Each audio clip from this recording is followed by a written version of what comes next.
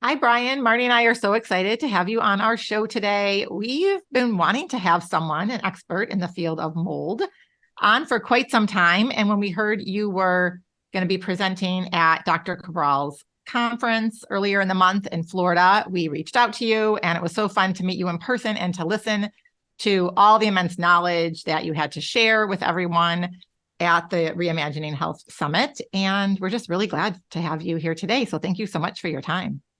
Thank you for having me. I always like whenever people, it's still so weird. Whenever people want me to come on and like talk, it's like a very like surreal, humbling thing. It's awesome. I love doing it. I am here for whatever you guys need. So let hit me. Let's do it. Okay. Well, before we kind of jump right in and get into this fun topic of mold, we would love for you to share what is your one non-negotiable to start each day?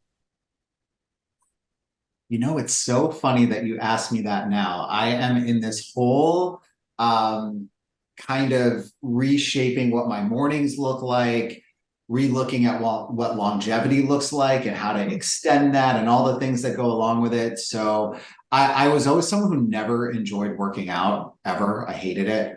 My wife loves it. She's like all about it. So we have things in the garage to do all this stuff. And what happened is just a weird story. So what happened? So my cousin, who's my partner in our company, Lee Inspect, I went to his house one day in San Diego. Hadn't seen him in a little while, and he was like looking good. I'm like, hey, what are you doing? It's like, oh, every morning I'm working out. I'm doing this.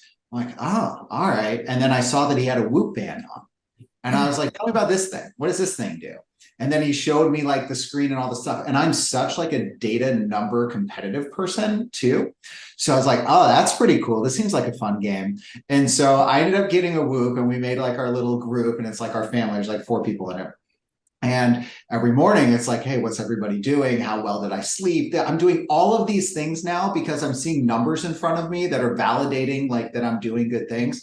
So yesterday I did not work out in the morning. And I also did not do the superhuman protocol, which we could talk about if you want to. I'm into that right now too. And I felt like crap yesterday, absolute crap all day yesterday. So now what has been transitioning over the last, let's say 4 to 8 weeks, I wake up before my kids do, before my wife does. I go in the gym. I do like a 20 to 30 minute thing just to kind of get it moving, mostly strength training. Every now and then I'll throw in like a short cardio session or something like that. And it just gets me feeling really good. And I have a cold plunge that's going to arrive in a few days, and that will be the back. So that's going to be what my morning is like. Which one did you get? I got the Therafrost one from the. Oh, you did?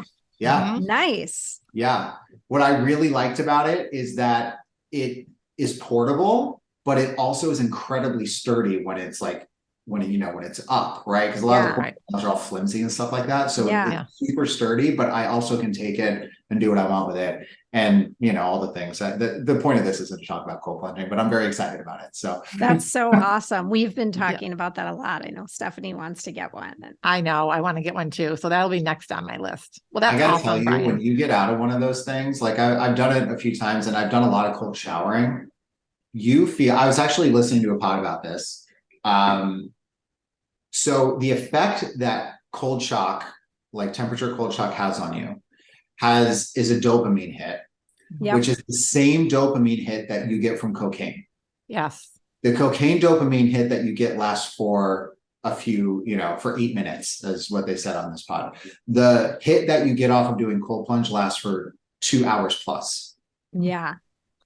I never did drugs in my whole life. And now I'm going to be like, I know what it feels like, all of you people. No, it is amazing. We actually had someone on. We haven't dropped the episode yet, but by the time this airs, we will have talking about cold therapy and And we have another guest coming up too. Yeah. So we've been diving into that topic quite a bit. But anyway, we're going to change gears because Brian, we're so excited to talk to you about mold. And we would love to hear your story in a nutshell and how you got into this business. And I know you had your own personal experience with mold. And, you shared your story at the conference in an entertaining way. And we would love for you to just touch on that. Yeah, I think a lot of people in this world and the helping people figure out their mold exposure health journey situation probably had their own version of something that happened. This isn't something that most people go to school for. It's not something that kids grow up wanting to be when they grow up. It's, you know, like, I want to be a mold guy. Like, nobody says that, right? I wanted to be a basketball. And so, but I had a thing. I'll try to be, you know, not super exhaustive, maybe like I was at the conference, but basically I lived in an apartment. I had a ceiling leak that came through. It wasn't handled properly, which happens all the time. Landlords don't handle this stuff properly because it costs them money. And, you know, when you rent out a building, you're doing it because it makes you money. You're not doing it because you care about what people live like in there. I don't care what they all say. That's not why they bought the building. So they bought the building to make money. And the problem is, if you handle an issue properly, it might cost a little more than not handling it at all, which is basically what happened to me. I started getting symptomatic. It started progressing. It went on for a couple of months. I started getting skin breakouts on my face, like eczema. I started getting brain fog. All these things started happening. And my wife now, who I was dating at the time, her dad was literally the top person in the entire country that does what I do now. And well, lucky for you. That's what I say. I mean, it's how so serendipitous. I mean, yeah, I mean, it's incredible, and it really like puts stuff in perspective, because if that didn't happen, I would be just like every person that I work with now. I didn't know it was a problem. I was told everything was fine. I had a local inspector come in and say everything was cool. And, you know, if I was reacting that quick after 2 months and I lived in that place for another 2 years, let's say, I mean, who knows where I'd be right now. Right. And so I saw what happened. He helped me out of the situation. I happened to be in the market for a new job at the time. And I just like on the spot after the whole thing ended, I was like, I want to do this. I want to work for you. And I think the joke that I made at the conference when I told the story was like, I was literally just been dating my wife at the time for like, I don't know, like 3 months or something. I was like all in on the relationship. I was all in on this, what I saw in front of me and what I wanted to do for people. And I just like jumped in the deep end. And that's kind of my story. It's a good thing it worked out with your wife. It is such a good thing. Weird. It would have been weird because I would have kept working with her dad. It would have been awkward, but yeah. Well, okay. So Brian, this topic, you know, and I've listened to a lot of podcasts and I had my own personal experience with mold, which is not fully resolved yet. But it's really overwhelming and confusing. And quite frankly, I think it's just not addressed in the right manner. Because like you said, mold inspectors come in and they give, you know, a house, or even if you've had water damage, they've given you like kind of a clean bill of health and people just move on their way. But we all know that so many of us have unwanted health symptoms that we don't know where they stem from. And, you know, can you just dive right in and kind of lay the groundwork for like, what is toxic mold? Why are so many people exposed to it? And why it's so critical to remove this, because as you saw with your skin issues and your eczema, you know, you have to remediate in order to remove these symptoms and get to the root cause of them. So if you just want to kind of give us the, you know, for those of our listeners who maybe haven't really been, haven't been educated yet on mold. Yeah. So, I mean, you said the phrase root cause, right? That's a very big buzzword in the last couple of years. There was like root cause. This is the new motion. Functional medicine is cool and hip and with it now, which is awesome because a lot of people are able to now take control of sort of what's happening. It's getting, you know, prescribed pills, right? So like, that's all great. The thing is that root cause is not always an internal thing. It's not always an inside the body thing, right? And so if we're really trying to get to root cause, you have to keep going backwards to truly figure out what is the initial trigger and what's going on. Now, a lot of times it's not so black and white, right? There could be multiple things. You could have co-root causes in a way. You could have the first one came and something piled on and something else happened. And then you have to sort of unpeel the onion and kind of figure out like where it all started. And that's where the smart practitioners in the world can come in and help like navigate all that stuff, right? But a very big part of this whole thing is the environment that you breathe in and live in, and specifically the air that you breathe. The air that you breathe has a much, much larger impact on your kind of internal reactions than food does. And multiple doctors have talked about this, and it's tough because a lot of times when you talk about mold, they're like, oh, well, these are moldy food types. Like, fine, that's great. In the grand scheme of things, that is a much smaller component to how your body is being exposed to something than if you're taking it in through the breathing pathway. The breathing pathway is the most bioavailable pathway for external exposures, no matter what it is, mold or whatever, to impact you. You have a direct line not only to your lungs, but to your gut. It all connects to your breathing pathway. So now you're hitting multiple systems in your body at the same time, not to mention your breathing pathway is also directly next to your brain, which is where the concept of inhalational Alzheimer's comes from. So you're going brain, sinuses, lungs, gut, all in the same path. So you're hitting all these different areas of your body. And that's why it's a much bigger impact than I ate something that might have, mold toxins on it, right? Because that's going to one place. Now, yes, that's not ideal, right? But in the grand scheme of things, that's why it's important. So the air we breathe is huge. And, the idea of like toxic mold, I think is misportrayed a little bit, because I don't think someone really knows what they mean when they say toxic mold. I think when people say toxic mold, they're probably referring to a mycotoxin itself, which is a toxin that's created by molds. However, the phrase toxic mold has been kind of associated with a specific mold type called Stachybotrys. That's what everybody kind of knows as toxic black mold. A mold itself is not toxic. A mold can create a toxin, which becomes the toxin. And there are multiple mold types and species that can create toxins. So there isn't just one type of toxic, quote, toxic mold, right? A lot of different species that can create toxins. And so I actually think a big piece about it when you start understanding, like, how do we even start processing all of this stuff? So understand, mold is a living thing. Toxins are not. Mold is a factory that can create toxins, but does not always do it. And so what I like to reframe is that the issue is not the toxin part. Like, yeah, that's bad. You don't want that, right? But mold in itself is an allergen at the very least. Without the toxic component, at the very least, it's an immune response trigger when you get that. If you are somebody who in your younger age, which most people are, was exposed to mold in the house that you grew up in, the college dorm you lived in, like whatever it is, over the time that your immune system is really starting to develop, which I always thought was like when you were a kid. And I learned from, it's gonna be a shout out from a long time ago to Dr. Tanya Dempsey, who's the mold genius doctor, that your immune system isn't actually fully developed until you're like near 20 years old. So if you're growing up in a place that had issues, or you're going to college and you're in a place that had issues, even if the toxic piece isn't there, your body is being trained to understand that this is a problem, which means later in life, if you get exposed to it again, your body now reacts as if it's seen a ghost that used to haunt it all the time, and it freaks out.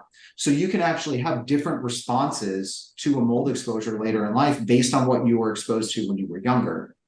And it's so important to be able to not create that kind of memorized stress that our body sort of takes from that, because later on in life it starts triggering. That's where autoimmune conditions start to develop, and all these things start to trigger off of this. So clean environment, so important. And understanding this, your load and your mold exposure and all that stuff is so important.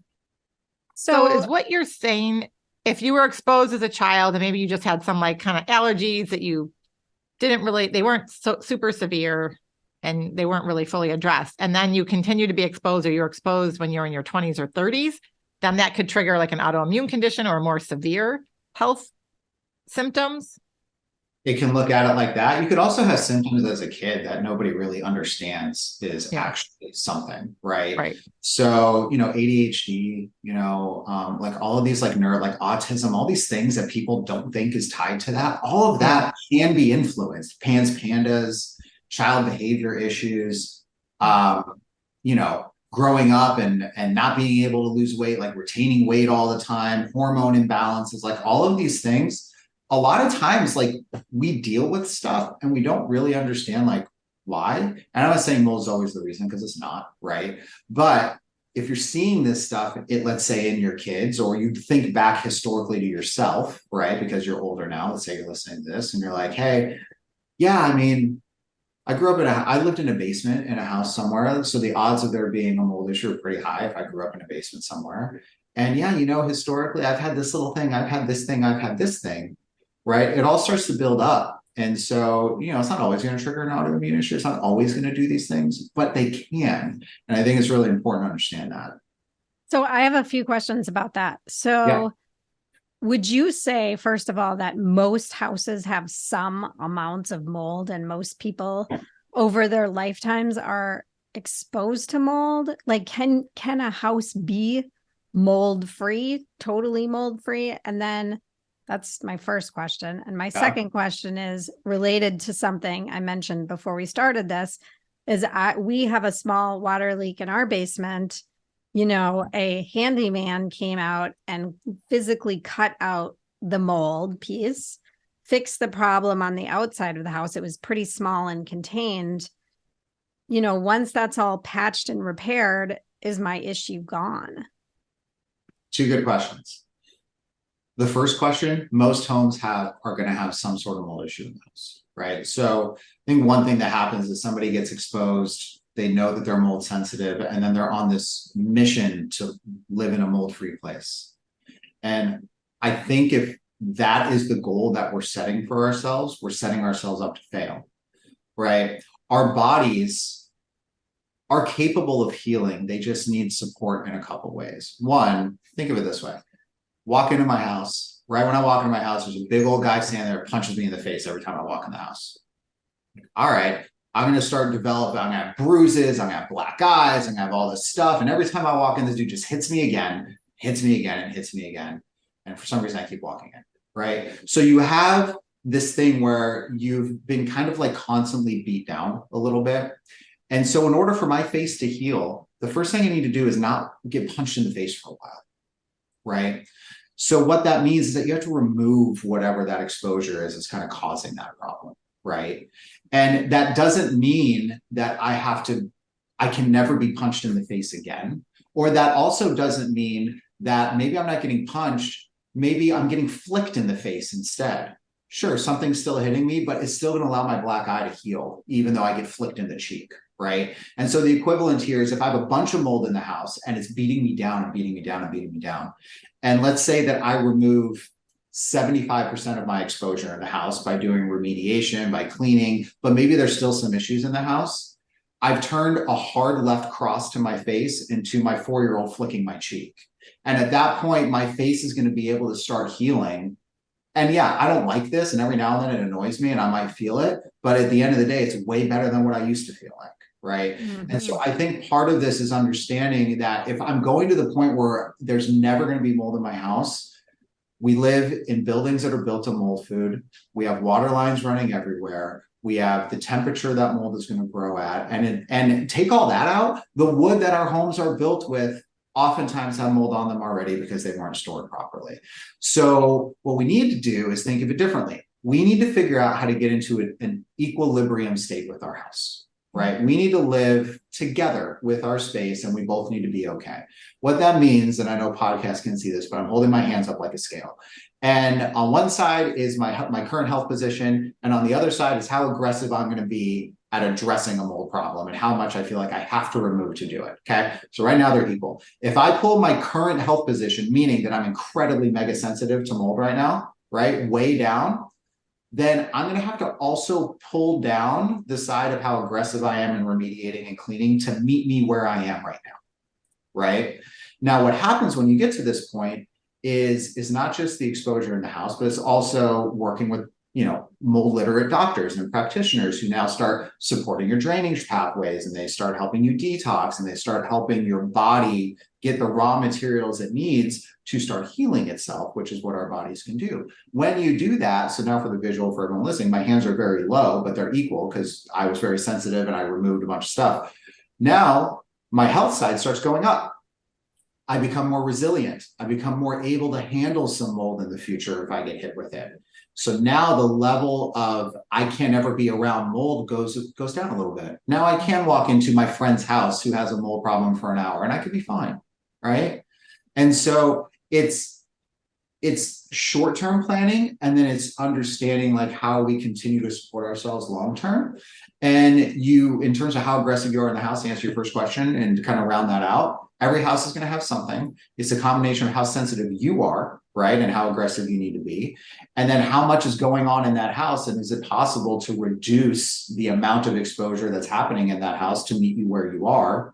And thirdly, if you have the means to do that, right? And if you don't in your current house, then maybe you have to look somewhere else and leave where you are and go to a place that kind of is starting at a lower area of contamination, and maybe you work from there.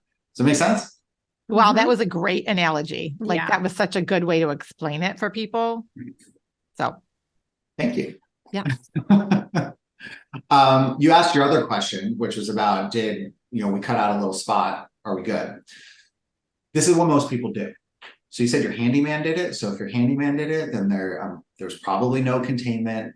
There was probably no air scrubbing going on. There was probably a lot of the standardized kind of engineering controls and process for remediation that probably didn't happen.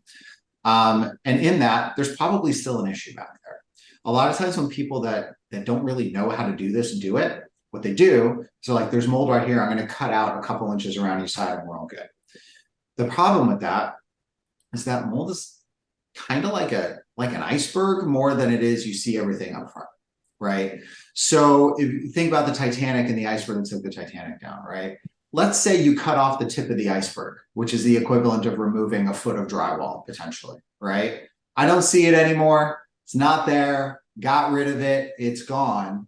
But what about behind the wall? What about the framing that's behind the wall? What about the debris and the construction debris that's back there that can hold the spores and the fragments that were created from that mold issue in the first place? If that wasn't handled properly, that's the equivalent of the giant piece of the iceberg that actually took the Titanic down.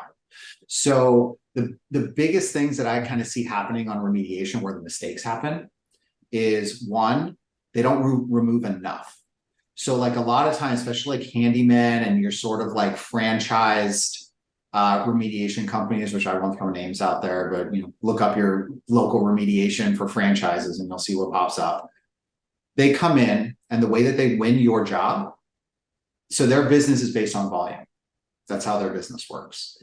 We do low priced stuff and we do a whole lot of it. So they build out their infrastructure to be able to just do a whole lot of projects, very quick in and out, right? So it's almost like a restaurant turning tables. That's kind of what the approach is. So what's the minimum I can do to get out fast?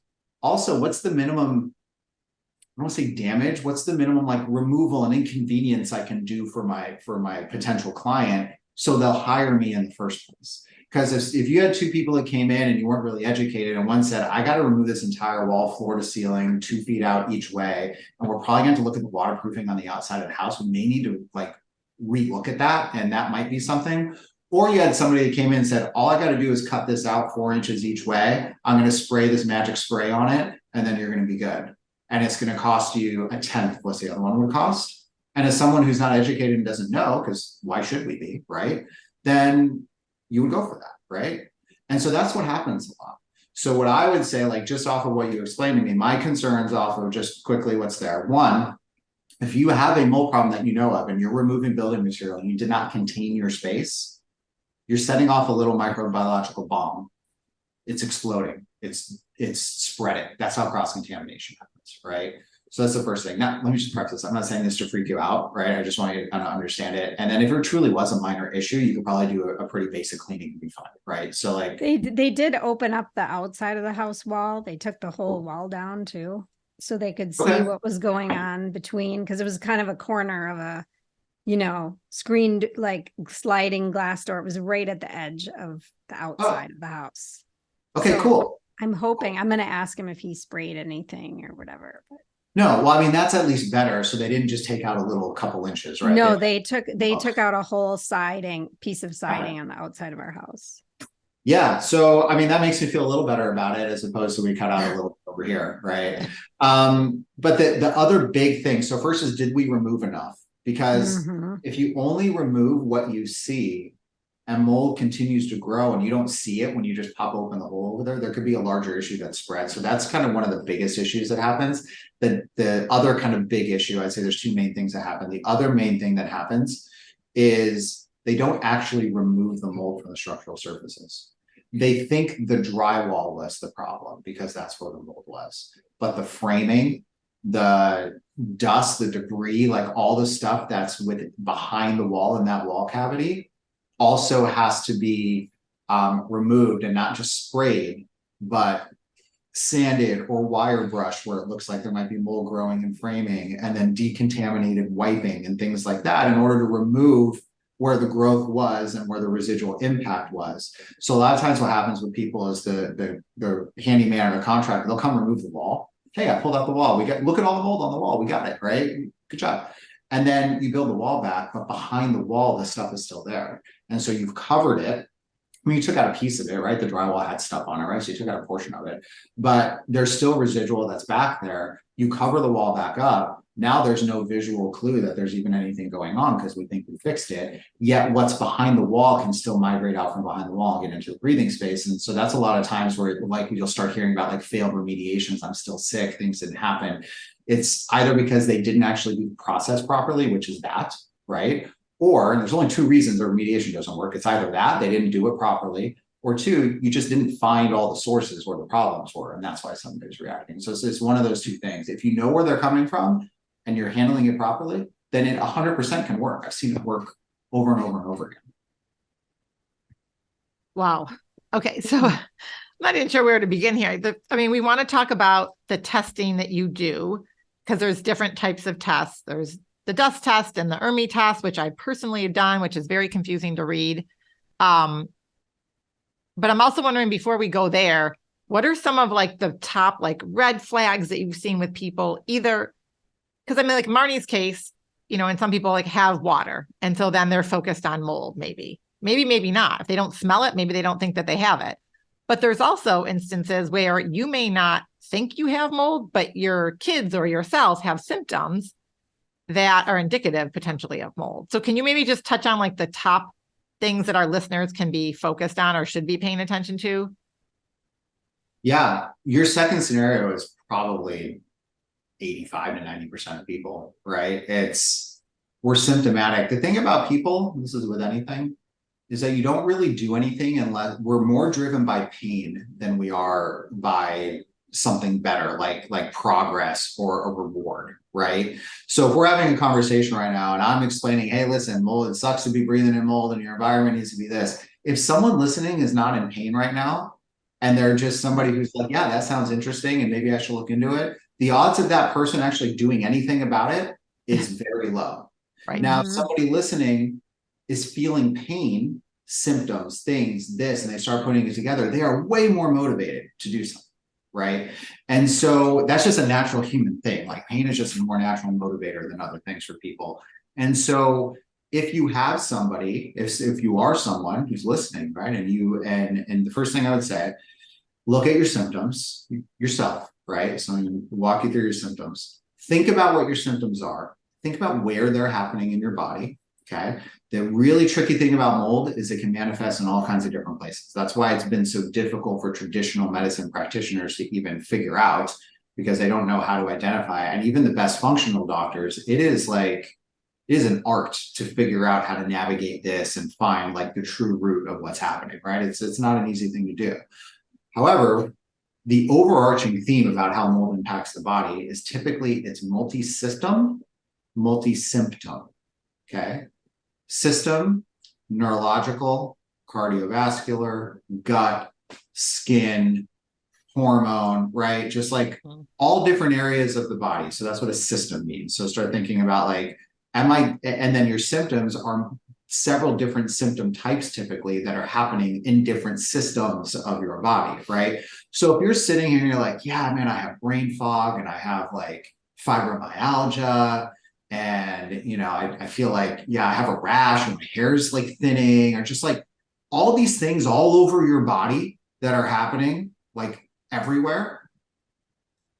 At least look into this. I'm not saying this is it, but at least look into this, because that's what it looks like. It looks like stuff that is happening kind of randomly all over the place for you, and doctors aren't really sure what's going on, right? The other like big things, if you go to doctors and they're like, oh, you're fine, your blood tests are fine, and you have symptoms all over the place. It's another thing. It's like, all right, it's not a traditional thing that they're going to see, right? Because they don't know how to look for this. So if you want to kind of take your traditional route, and the solution out of your traditional MDs is you're fine, you're either crazy or whatever they're going to tell you, don't be mad at them. They don't know any better. They're not doing it on purpose. But what you do is you say, okay, I know that when a doctor tells me that they haven't been able to figure it out with the tools they have, which means all of the quote normal things that are probably happening in blood tests are not the problem. I definitely need to start going down the functional medicine testing panels and executioners, because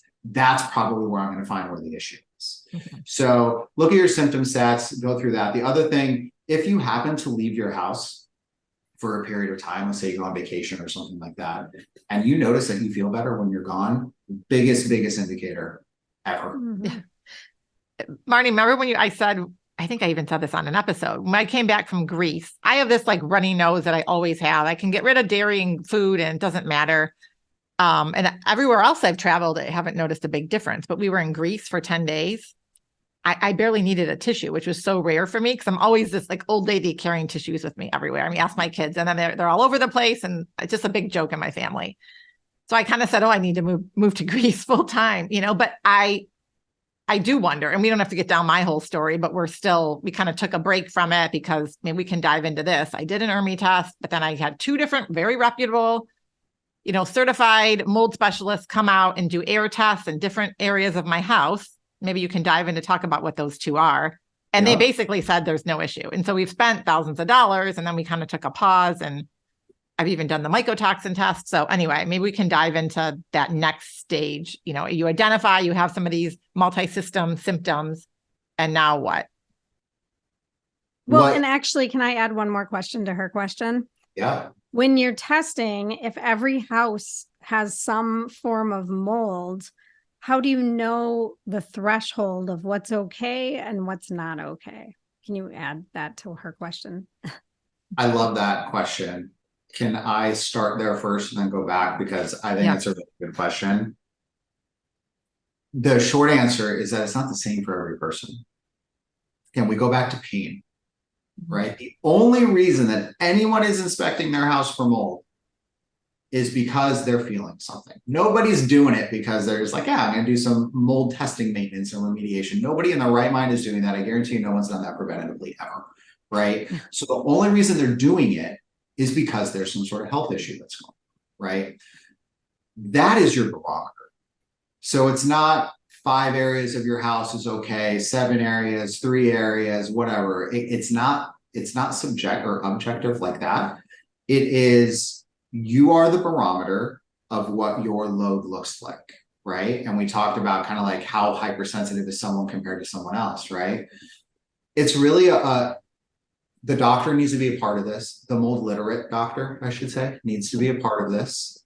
That can help give some context for what someone's toxic load really looks like and what maybe somebody's sort of threshold is for exposure to something, right?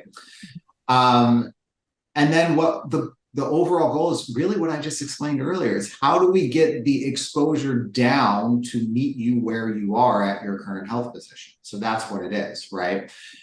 So like when we go through a space, the first thing that we do, first off, to your previous question, Stephanie, is that we don't do air samples in the middle of rooms. Literally, it would just be like, give me your money, let me light it on fire. This is awesome. Cool. So I feel so good. Well, I don't want you to feel like that, but it's what you went through is what most people go through, right? It's I'm feeling something. I'm going to, can I guess kind of how your process went and see how close I am? Sure. Okay. So you're having your symptoms or whatever's going on. You have your pain that triggers. And it was actually my kid, like my one son who's sneezing uncontrollably.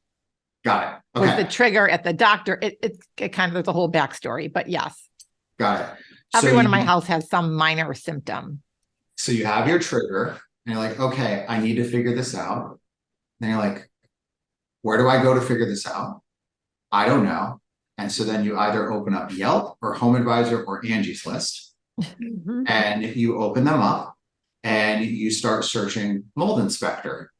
You start doing that. And then what's the next thing that every human being on planet Earth does right now? You scroll looking for reviews.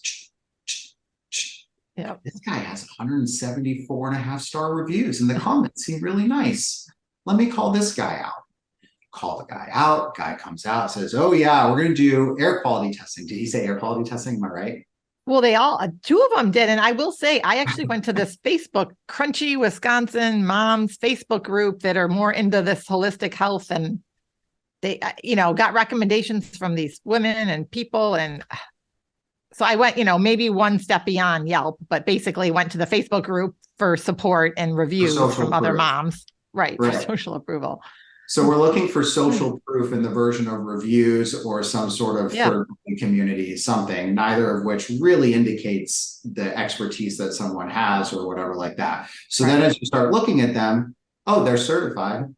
Yeah. Can I tell you what the certification process is? Sure. It is a 100-question test that you have as long as you want to study for. And the secret to passing the test, which is so crazy, take the practice test. It's the exact same questions on the practice test. Oh boy. If you are getting a 95 on your practice test, you are guaranteed to pass your certification test. That is it. So anyone who wants to be a mold inspector and dupe some people, this is the move that you do, right?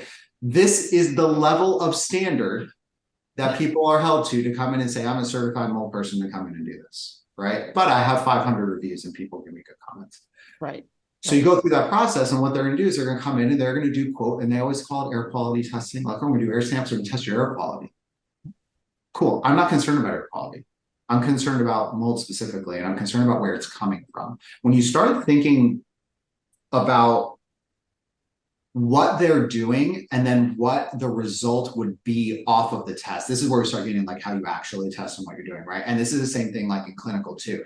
If I am running a specific test, or if I'm a doctor running a specific test on somebody, the reason I'm running it is because that information is going to potentially change how I treat them, prescribe them, whatever, right? So every test has a direct purpose, or it should, right? Either telling a story or a direct action that's going to happen off of it, right? So the same thing that happens on our end. Now, the problem with an air sample in the middle of the room is it doesn't tell you where the problem is coming from. Even if it shows you a problem, which we did a whole internal study on this. I was going into houses for a year and I was like, all right, I knew air samples don't work, right? But I was like, I kind of wanted to prove it so I could talk about it on things like this. So I would go through a house. I did it for a whole year. If I thought there was mold in a wall, I would test in the wall, which is the way you're supposed to. And then I would step like 3 feet away and I would put it up an air sample pump at kind of, breathing level. And I took that sample 3 feet away from a literal problem that is sitting here that I validated. And 70% of the time that air sample said there was no problem. Oh gosh. The further away you get from source with an air sample, the exponentially less and less accurate it is. And usually from my experience, these machines that they had were in the middle of a room. So if there was mold in the wall, it's not going to detect it, is what you're saying. That's what I'm saying. Yeah. Well, and I have to believe that these people that are getting certified, quickly aren't even understanding what you're saying. Like they think they are helping, or they're telling people they don't have mold in their house. I agree. I don't think they're doing it on purpose. Yeah. I think that there is literally no education on how this works, and it's so simple to get into it. Right. Mm-hmm. So Brian, what do you recommend then doing if someone wants to get their house tested for mold? So if we're actually at the point where we're trying to figure out like where problems are and to handle it properly, you treat it the same way that you treat the body. So for the podcast I did with Dr. Cabral, which my episode with him is now posted on my pod, which is Mold Finders Radio. We did a side-by-side. Here's how Dr. Cabral starts his process with a patient. Here's how Brian starts a process with his patient. Here's the next step Cabral does. Here's the next step Brian does. Here's the next step. Here's the next step. It literally mirrors the process that you go through from a functional medicine step. From the first step of onboarding and understanding. So if you're a doctor, you're understanding patient history, you're understanding historical stuff, like all that stuff. On our end, I actually want to know a lot of their health issues because it lets me understand how aggressive we need to be in the panel of testing to see what's going on. But then tell me about the history of your house. Instead of like your family parental history and all that stuff, it's now the history of your home that you've lived in for 10 years. Talk about it. Tell me everything that's happened. I can know off of that call or off of that initial conversation, I might have 5 or 6 areas already that I know that we need to hit to see if there's something hidden somewhere, right? Then the next step, if you're a doctor, to do some sort of diagnostic testing, some somewhat kind of like non-invasive, relatively inexpensive diagnostic testing is usually what it is, right? They might, do your vitals. They might, do some quick, they might ask you some maybe specific questions about things, whatever it is. On our end, they might run it at like an X-ray or like a neuroquant brain scan or whatever. They might do some basic stuff, to try to get a sense of what's going on. On our end, it's a 4 to 8 hour visual deep dive inspection of literally every square foot of your house. That's our diagnostic, right? It's moisture meter, it's infrared camera, which is part of it, but that's probably just 20% of it. The rest of it is knowing what to look for and where to look for it, that are the clues that tell us that there's a potential issue here. And the clues are all tied to signs of previous water damage, previous water intrusion. Not floods, not big, massive things, tiny drips that went under your sink and dripped on your sink cabinet. Your baseboard that's next to your shower, that every time your kid gets out of the shower, a little water splashes there. When you look at that baseboard, it's maybe a little swollen. It's maybe a little discolored. It doesn't look the same as that baseboard would look 4 feet further down the wall away from the tub. Those are the little diagnostic clues, right?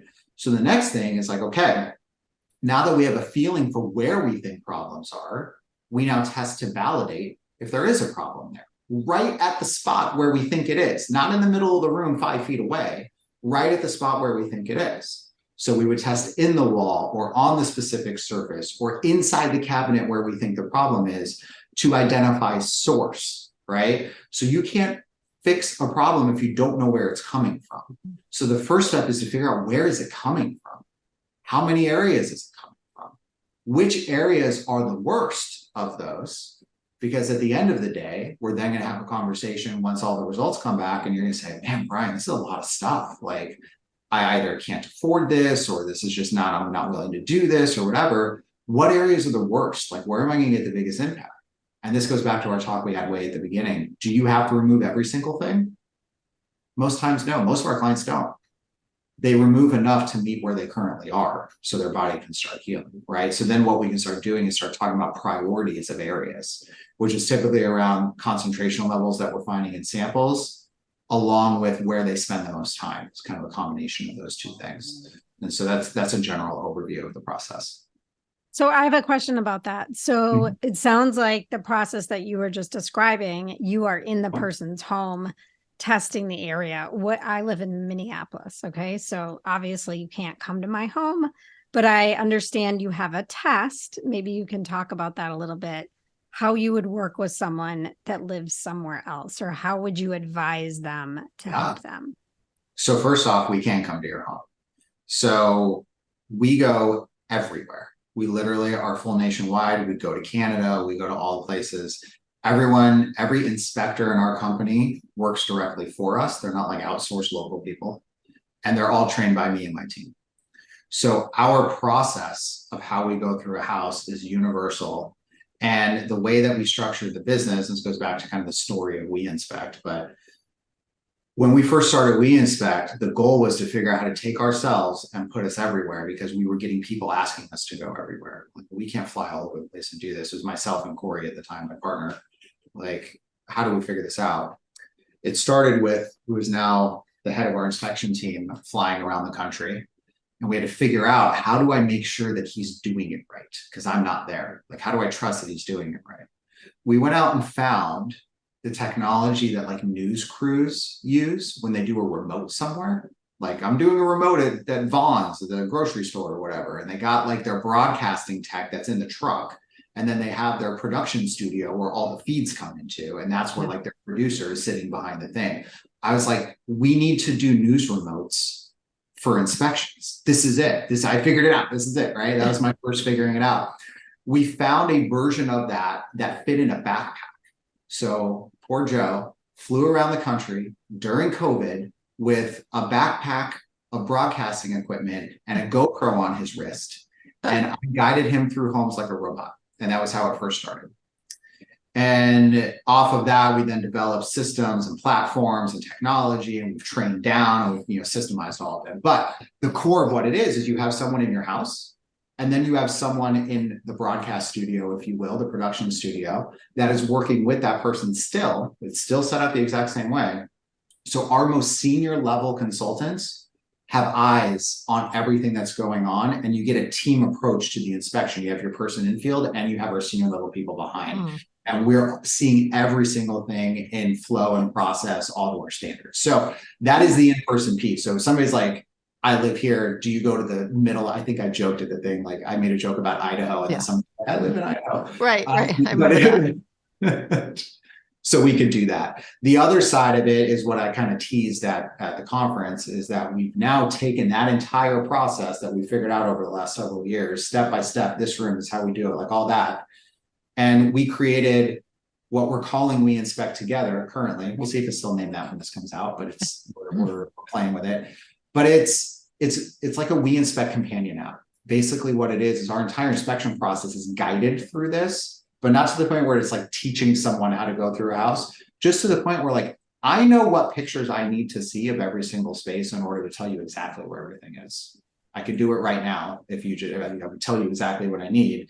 It's built into this. So somebody's like, for you were saying, Marnie, like your basement, cool, room type, basement, awesome. I know everything I need to see here. You would get that populated in the phone, and it would have like 7 or 8 pictures that I need to see.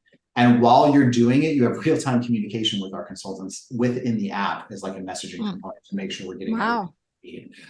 The beauty about this now is that you don't have to necessarily fly somebody out. The price tag goes down because all of those expenses go away, right? You also don't have to have like a full house inspected. Like currently the way we're set up, it doesn't make sense to not do a full house. Like we can't fly someone somewhere to look at one room, right? It doesn't make sense like that. Yeah. So now for all of the other people that aren't like, I'm not super sick, I'm not all in on this, sort of thing, but this all makes sense to me, and I have kids in these rooms or whatever, I want to have these looked at by the best eyes that there are to look at it. It's now completely accessible. And you can do it like on your terms. So that's kind of the second piece that's there. So I'm really excited about both. And then if you did do that, the only thing that's different is you're taking some pictures instead of us having people take pictures, basically. But then you still get our consultants tying in on the back end. We still recommend the testing that should be done. We would send a test kit to collect the samples, which are very easy to do. So all that process still happens. We get all the data. Everything is the same. It's just that first piece changes. Huge price reduction. And a huge just opening to accessibility for everybody to be able to get to it. That's amazing. Awesome. I remember you mentioning something about this at the conference, and so I need to look into this personally. Will you touch on, though, the dust test briefly? Because I know that's the test that you facilitate, and maybe just how it's different from the ARMI test, which some people may have heard of. Yeah. So the dust test is a test that I co-created with myself and my current partner, Corey, and then another individual. His name is Michael Rubino. He runs Home Cleanse, which is like the top remediation company in the country. So all three of us got together and we created this thing. So it originated off of ARMI. So some people listening to this may know what ARMI is, some people may not, right? So to give the quick rundown on ARMI, it's a test that exists where you can do a dust collection in your house, basically like wipe a Swiffer all over the place, get a bunch of dust, and you can see the mold that's present in your space down to a species level. It's the most in-depth type of testing you can do for mold because it gets all the way down to the species level, where you're more like air and swabs or those types of tests are kind of a level up. It's called genera, but think of it like category of a mold. So you have like a category of a mold, and then under the category you could have like 10 different species, let's say, that go under the category, right? The reason the species is important is because its individual species have the potential to create the toxins that we talked about earlier. So it's not just like every Aspergillus species creates toxins. That's not true. But Aspergillus fumigatus and Niger and versicolor and all these other, they do, right? So like you can get down into it and really kind of correlate that way, which is great.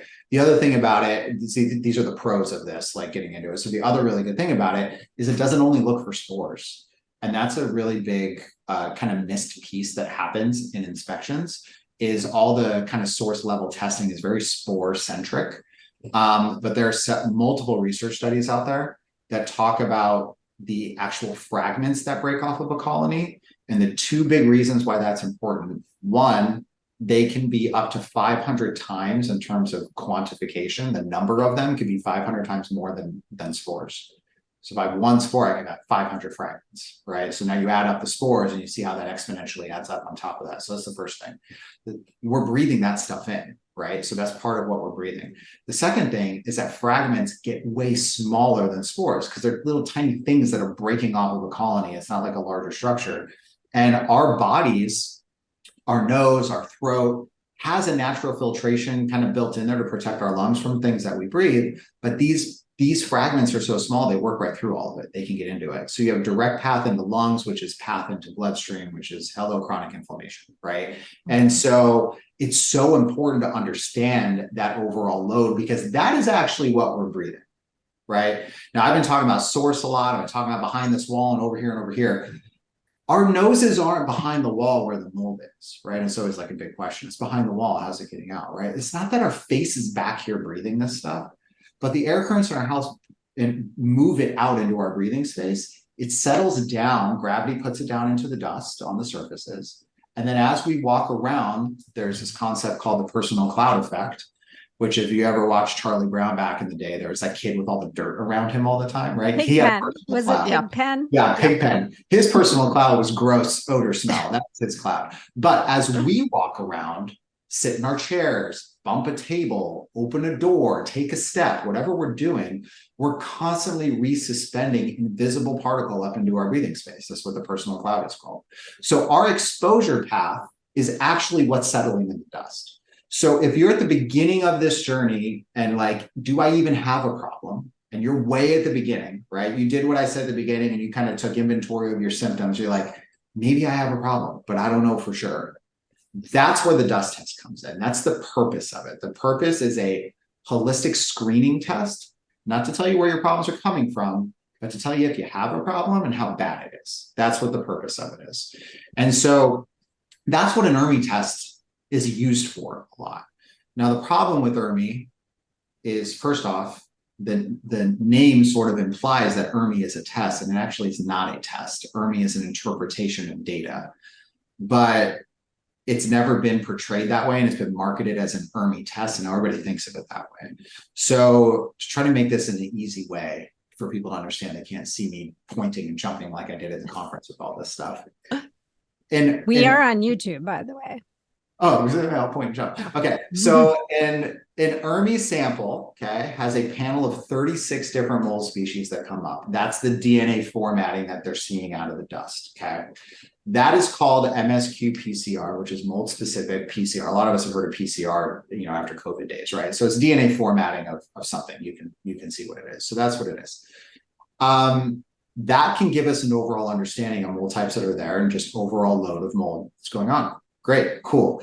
That was created at the exact same time that ERMI, which is spelled ERMI for those of us that don't know, was also created. They were created in the same study that was done by the EPA, and they co-commissioned it with the American House for Urban Development and some other things, I think. They had this study. They went to 1,100 homes across the country, and they were trying to figure out like what a mold load looked like in a space and what was high and what wasn't and all this stuff. Well, in order for them to try to figure out what was high and what wasn't, they first had to figure out a way to measure it. That's where the PCR piece came in. That was created and patented right at that time. So that piece was new and started.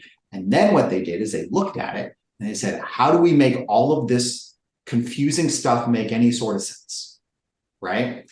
And so they came up with an index. That's what environmental relative moldiness index actually means. It means it's an index to interpret the raw species data. That's what they actually created with ERMI. That's what they tried to do.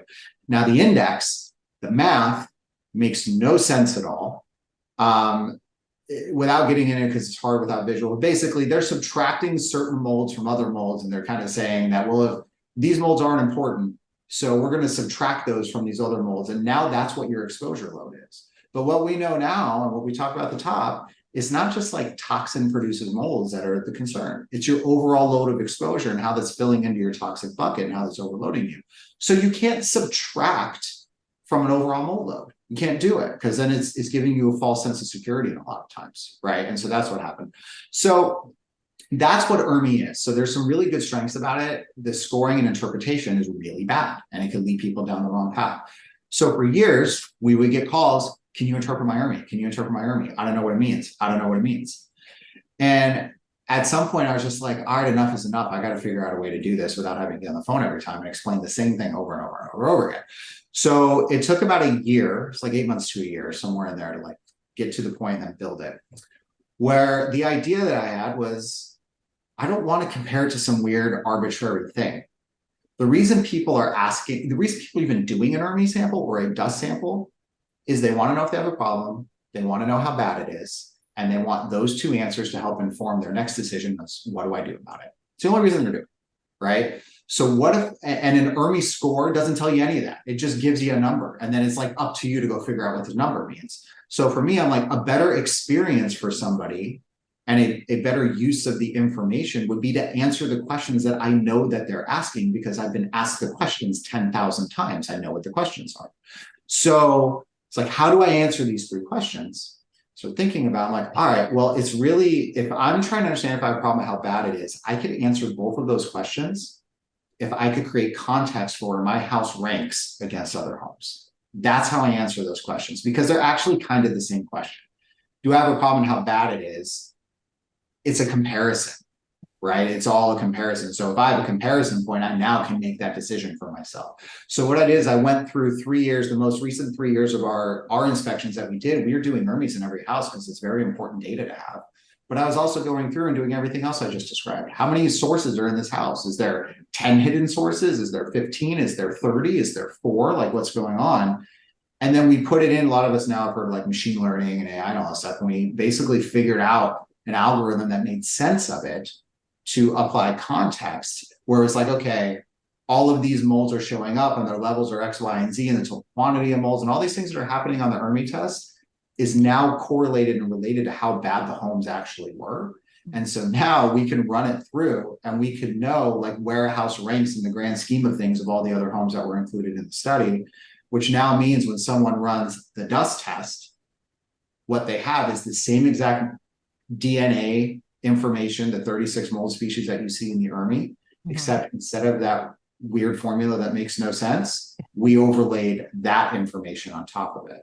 So now if you do the dust test, which if you're going to do an ERMI, you should do the dust test, because you're actually getting the answers and the context for the whole reason you're running the sample in the first place is telling you, do you rank in this percentile? And the whole idea was like, okay, I had just had kids at the time when I was doing this, and I was taking my little kids in, to the 1 month, the 3 month, all these things. They're like measuring their head. Like, here's the circumference of their head. They fall into the 38th percentile or whatever. I'm like, this is how it needs to be. It needs to be a percentile of where you fall in all the homes.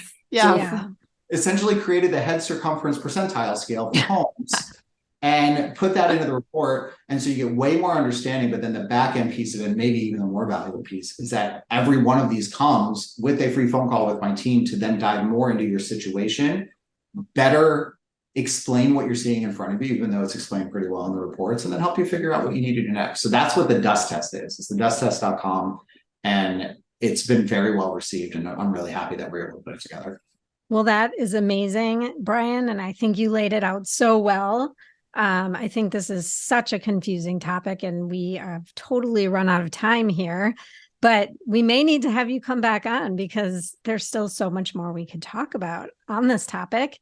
But I think the biggest takeaways are, if you suspect you have mold, or if you're having, these health issues all over your body or in various places that you can't answer, to consider looking at mold as one of the issues and reach out to Brian, or start with the dust test, figure out what the source is. And it's a great starting place. Yeah. And I think, Marnie, you and I are both now, I'm kind of re-kicking it back up, and you unfortunately have this water damage. So listeners out there, you're going to be hearing from us either way, because we're going to want to share with you our journey and trying to figure it out.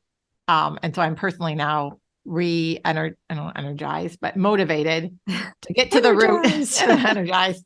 My husband may kill me here, but I mean, at some point, Brian, I feel like I just want you and your people to come out to my house. But I'm going to look at the app because I think that's a great option. So can you tell people like where they can find you, where we can order the test from and, if they want to get hooked up with your app or potentially fly someone out?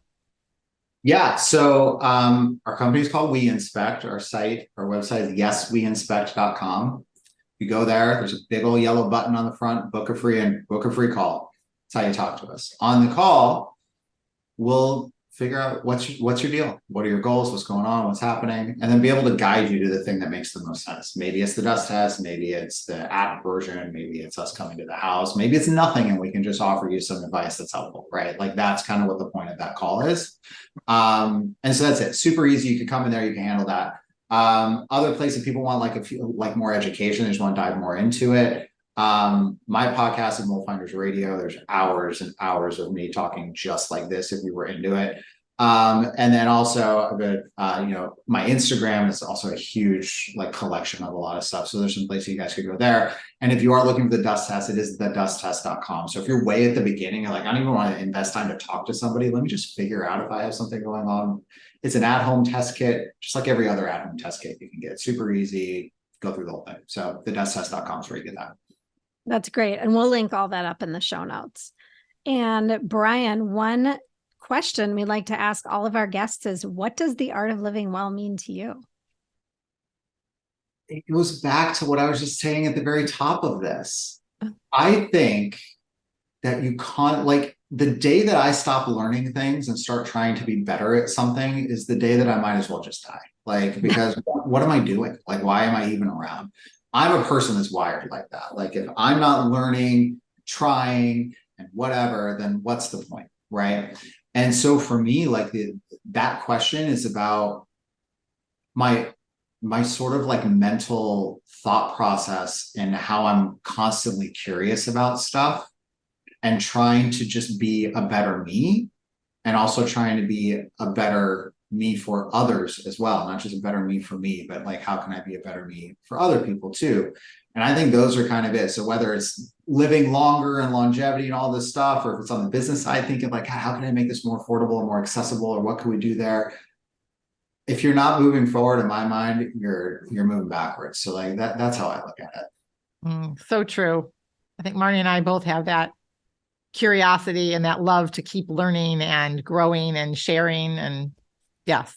Well, thank you for all that you do. Yeah. Yes.